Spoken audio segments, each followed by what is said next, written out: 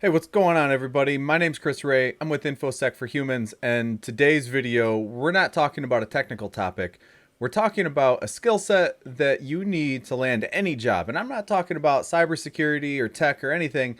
This is your interviewing skill set. And one of the best things you can do to build that interviewing skill set is be aware of some of the more common pitfalls, some of the things you can run into during the interview. So, I've been racking my brain, talking to friends, talking to other professionals in the industry, trying to come up with if you need to know like three things to keep in mind before you interview, here's what you need to know.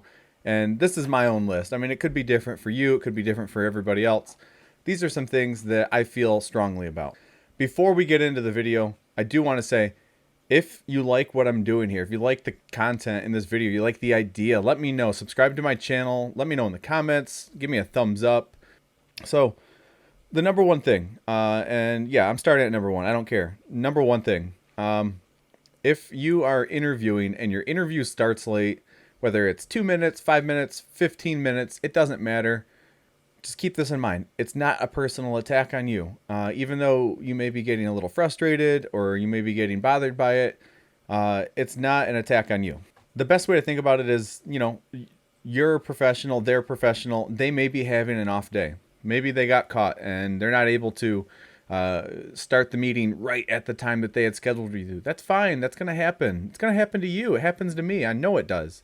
The other thing is and I feel this, I have felt this before, don't feel like they're sitting behind like a two-way mirror observing you, watching you, etc. In this day and age with COVID going on, there's probably a lot of GoToMeeting and Zoom meetings, etc. And so you're sitting there waiting to be let in, or maybe HR lets you in and they're waiting on the hiring manager to get there. Don't feel like they're observing you and paying attention to your behaviors. They're not. They're just trying to get everybody in one place at one time, which can be hard to do to start the meeting. So once everyone's there and the meeting starts rolling, and if they apologize for being late or tardy or whatever it is, just let it roll right off you. Don't worry about it. The number one thing that I would say here is it happens. It's going to happen to you. It happens to me, and it's happening to them if they're late. So number two, the first time it happened to me, it caught me completely off guard. I was flat-footed, and I think I stuttered. I definitely stumbled. I didn't know where to go after this. I had been asked a very technical question, and I answered the very technical question with a by the book, super safe, best answer possible. And I knew it was the best answer possible. I was so confident in it. And the interviewer came back with, okay, good, good, good. But what next? What would you do if that didn't work? And I didn't know how to respond because I was thinking that always works. What I don't need to know what to do. What if that doesn't work? The thing is at the time I felt like, geez, he hated that answer, or maybe my confidence isn't or maybe my confidence shouldn't be where it's at because, geez, he kind of rejected that answer so quickly. I don't know if it's right anymore. And it's not that he rejected the answer. He said he wanted to see my thought process. He wanted to see two things. One, how deep my knowledge goes in that subject that we were discussing, but also he wanted to see what happens when maybe the first thing you try doesn't work out. Where do you go from there? What do you do? Do you immediately go to your supervisor and say, help me, help me, help me, I don't know what to do? Or do you go to Google? Do you go to the documentation? Do you search for your own answer? Do you maybe ask a peer or somebody you've worked with previously? That's what they want to see. It's not that they don't like your answer. It's that they want to see what you're going to do when you run up against a wall. So number three, the very last thing that I'm going to talk about, I don't have any in my background or on my resume, but I do have friends that have, what could be considered a red flag in their background. Maybe it's not a red flag. It's just on paper, it looks bad. One friend of mine was unemployed for 6 months. He'd been in tech for 7-8 years and then had a 6-month unemployment stretch. And then he was back in tech.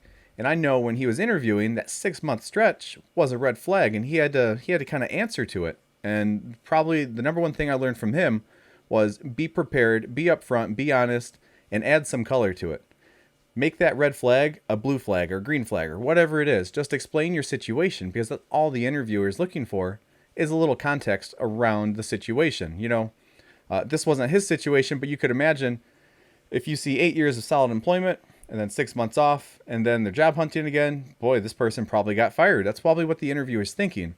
However, if you come in and say, hey, I took time off to be with my family. I spent some time going back to school.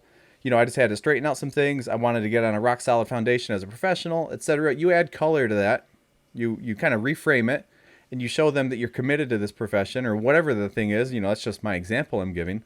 But you show them that it's not as bad as they think it is, and you recolor that, and then you move forward. And you're honest, and you don't beat around the bush, and you just deliver the straight answer to them, and that's it. So there you go. I hope this video was helpful. I know it's short and sweet, right to the point.